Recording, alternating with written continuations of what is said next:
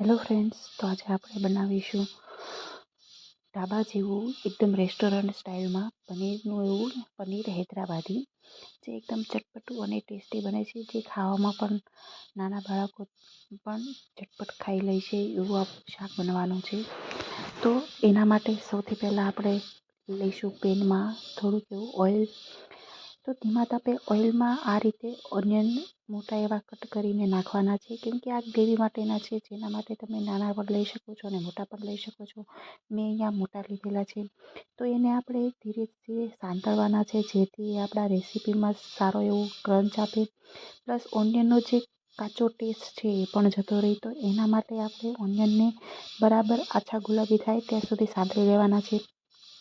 પછી મેં એમાં સૂકા લસણની કળીઓ પણ નાખેલી છે. લસણ એ હેલ્થ માટે પણ સારામાં સારું છે. જે લસણ ખાઈ શકતા ના હોય તે ઓનિયન અને લસણનો નાખી પણ ના શકે અને ખાઈ પણ શકે. જેને ભાવે છે એ એની ટેસ્ટ અનુસાર વધારે પડતું ઓછું પડતું એના રીતે એ નાખી શકે છે. તો આ રીતે લસણ અને કાંદાને ફ્રાય કરવાના છે. પછી આપણે એમાં એડ કરવાનું છે આદું અને મરચાંની પેસ્ટ, જે મેં મારા સબ્જીના ટેસ્ટ અનુસાર નાખેલું છે. તમે તમારી રીતે તમારા સ્વાદ અનુસાર છે એ એડ કરી શકો છો. ઓછું તીખું હોય તો વધારે તીખું કરી શકો છો. તો આ રીતે બરાબર ચલાવતા રહેવાનું છે, જ્યાં સુધી એ પૂરેપૂરું એક થોડું એવું કૂક ના થઈ જાય કે કાચો એવો ટેસ્ટ છે એ બધું છોડી ના દે એનાથી.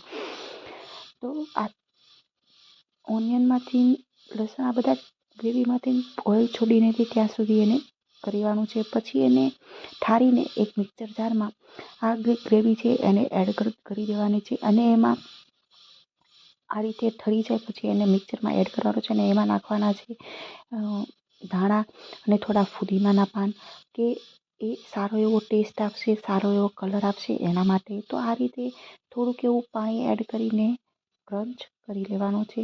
જ્યારે પૂરેપૂરું ક્રશ થઈ જાય પછી આપણે પનીર માટે, તો પનીરને પણ આપણે શેલો ફ્રાય કરવાના છે. તો એના માટે એક પેનમાં મેં ઓઇલ લીધેલું છે.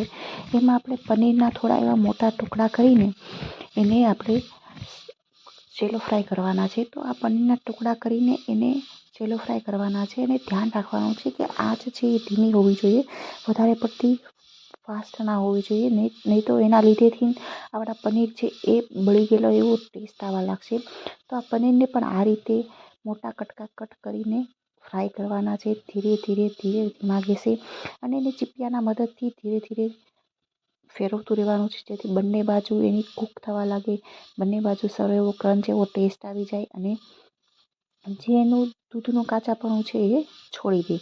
તો આ રીતે બધી બાજુથી એને ફ્રાય કરી લેવાના છે. આ માટે જરૂરી છે. તો આપણા પનીર હૈદરાબાદીનો ટેસ્ટ સારો એવો પણ આવશે. તો આ રીતે બધી બાજુથી ફ્રાય કરીને તમને જ્યાં સુધી એમ લાગે કે જ્યાં પનીર બરાબર કૂક થઈ ગયું છે ત્યાં સુધી એને રાખવાના છે, અને પછી એને ઉતારી લેવાના છે, એને ઠરવા માટે મૂકી દેવાના છે. તો આપણે આપણા સબ્જી માટે ફરીથી પેનમાં થોડુંક એવું ઓઇલ લઈશું. આ ઓઇલ બરાબર હીટિંગ થઈ જાય, ગરમ થઈ જાય એટલે આપણે એવા ખડા મસાલા એડ કરવાના છે, જેમ કે તજ છે, લવિંગ છે, તમાલપત્ર છે. તો આ રીતે એડ કરીને એને ખડા મસાલાને ચલાવવાના છે 1 મિનિટ માટે. પછી એમાં એડ કરવાના છે નાની સમારેલી શિમલા મિર્ચ. આ શિમલા મિર્ચ તમારા અનુસાર તમે નાખી શકો છો. તમારે નાખવાની ઈચ્છા ના હોય તો ના પણ નાખી શકો છો. આ ધીમા ગેસે ચોડાવવાના છે. આને વધારે પડતા કૂક નથી કરવાના, માત્ર 2 મિનિટ માટે જ કૂક કરવાના છે, જેથી એ થોડા એવા સોફ્ટ અને થોડા એવા ક્રન્ચી થઈ જાય. જ્યારે આ થઈ જાય બરાબર ચલાવીને થઈ જાય પછી આપણે એમાં એડ કરવાની છે આપણી જે મિક્સરવાળી ગ્રેવી તૈયાર કરેલી છે એ. આ ગ્રેવી તૈયાર કરીને ચલાવવાની છે, ધીરે ધીરે સ્ટર કરવાની છે, જ્યાં સુધી એ પૂરેપૂરું બરાબર મિક્સ ના થઈ જાય ત્યાં સુધી આ રીતે ધીરે ધીરે ચલાવો. પછી એને 1 થી 2 મિનિટ માટે રહેવા દેવાનું છે, અને તે પોતાનો ઓઇલ ના છોડી દે ત્યાં સુધી એને કૂક કરવાનું છે. પછી આપણે એમાં થોડા મસાલા એડ કરવાના છે. તો એના માટે આપણે એક વાટકામાં લીધું છે 2 ચમચી દહીં. આ દહીં છે એ સબ્જીને સારો એવો ટેસ્ટ આપશે, પ્લસ જે ખટાશપણું છે દહીંનું એ પણ સારા એવા સબ્જીમાં એડ થશે. પછી આપણે એમાં એડ કરીશું હળદર પાવડર, લાલ મરચું પાવડર, ધાણા જીરું પાવડર, ગરમ મસાલો, થોડુંક એવું નમક એડ કરીશું સ્વાદ અનુસાર. તો આ મસાલા છે એ એડ કરવાના છે કે મસાલા છે એ બળી પણ ન જાય, એનો ટેસ્ટ પણ સારો આવે. એટલે આપણે એને દહીંમાં એડ કરીને મિક્સ કરવાના છે. તો આ રીતે એને ચમચીની મદદથી બરાબર ચલાવી લેવાનું છે અને આપણું આ જે મસાલાવાળું ગ્રેવી બેટર છે એને રેડી કરવાનું છે. હવે આપણી ગ્રેવી છે એ બરાબર જો થીક થઈ ગઈ છે, ઓછી થોડીક એવી થઈ ગઈ છે, તો આપણે એમાં એડ કરવાનું છે પેલું દહીંવાળું મિક્સચર જે આપણે રેડી કરેલું છે તે. પછી આ મસાલાને બરાબર ચડી જાય ત્યાં સુધી આને મિક્સ કરવાનું છે અને એને ચડવા દેવાનું છે, જેથી મસાલા છે એ પણ એનો ટેસ્ટ છે એ સબ્જીમાં છોડી દે. આ રીતે એડ કરીને થોડુંક એવું એમાં પાણી એડ કરવાનું છે અને ધીમા ગેસે ઢાંકીને એને 2-5 મિનિટ માટે સ્ટર કરવાનું છે. થોડુંક એવું સબ્જીને અનુસાર નમક નાખવાનું છે અને ચલાવતા રહેવાનું છે જ્યાં સુધી એ બરાબર ગાઢી એવી ગ્રેવી તૈયાર ના થઈ જાય, એની સ્મેલ છે એ આવવા ના લાગે ત્યાં સુધી. પછી એને ઢાંકી દેવાનું છે આ રીતે. પછી એમાં આપણે ગ્રેવી તૈયાર થઈ જાય એટલે એમાં પનીરના ટુકડા છે એને ઝીણા ઝીણા બારીક સમારેલા કટ કરીને એને એડ કરી દેવાના છે.